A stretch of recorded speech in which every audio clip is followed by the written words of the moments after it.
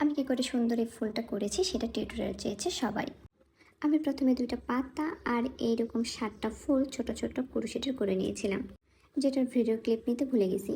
Okay. আচ্ছা, যাই হোক, আমি প্রথমে প্রত্যেকটা ফুলে গ্লু দিয়ে নিব, তারপরে 5 সেকেন্ড রেস্টে রেখে দেব। এবার মেন কাজটা শুরু।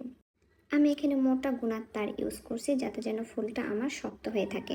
আমি প্রথমে প্রত্যেকটা ফুল গুণার তারের মধ্যে সেট করে নিয়েছি, তারপরে একটা একটা করে ওই মোটা তারের মধ্যে পেঁচাই নিয়েছি। পেঁচানোর পরে এখন এই তারগুলো যেন না দেখা যায় এই জন্য আমি এখানে সবুজ সুতা পেঁচাই নেব।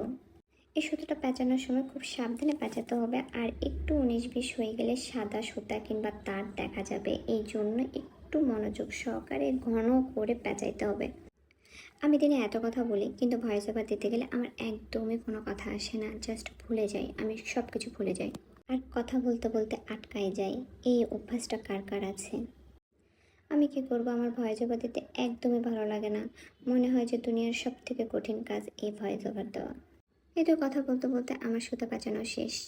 এখন লাস্টের 2টা পাতা, এই পাতাগুলো না আমি সেমভাবে দিয়ে নেব। আগে গ্লু দিয়ে লাগাই নেব, তারপরে আমি এখানে সুতা পেঁচাই নেব। এই সুতা গোল গোল করে পাচাইতে পাচাইতে আমার হাত ব্যথা ধরে গেছে। আচ্ছা ঠিক আছে, যাই হোক, এই তো হয়ে গেল আমার ফুল। এইটা কি ফুল আমি নাম ভুলে গেছি, কেউ নাম জিজ্ঞেস করে আমাকে লজ্জা দেবেন না প্লিজ।